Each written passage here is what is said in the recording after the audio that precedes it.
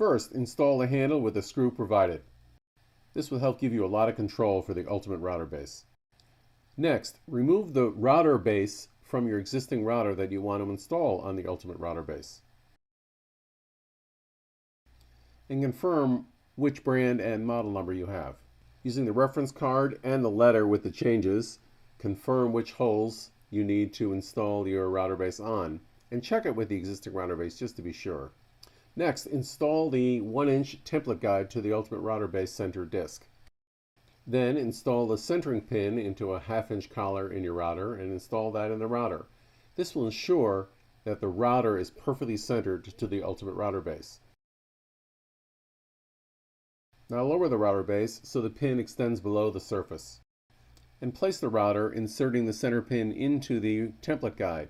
Check the orientation. You might want to spin it around 180 degrees so the plunge or the on-off switch is on the right side of the router base for your preference.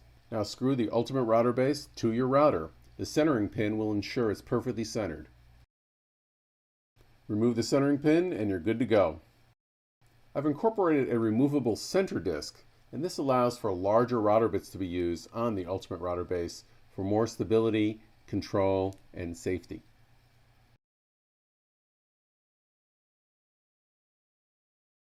You can use up to a 3-inch diameter router bit in the ultimate router base.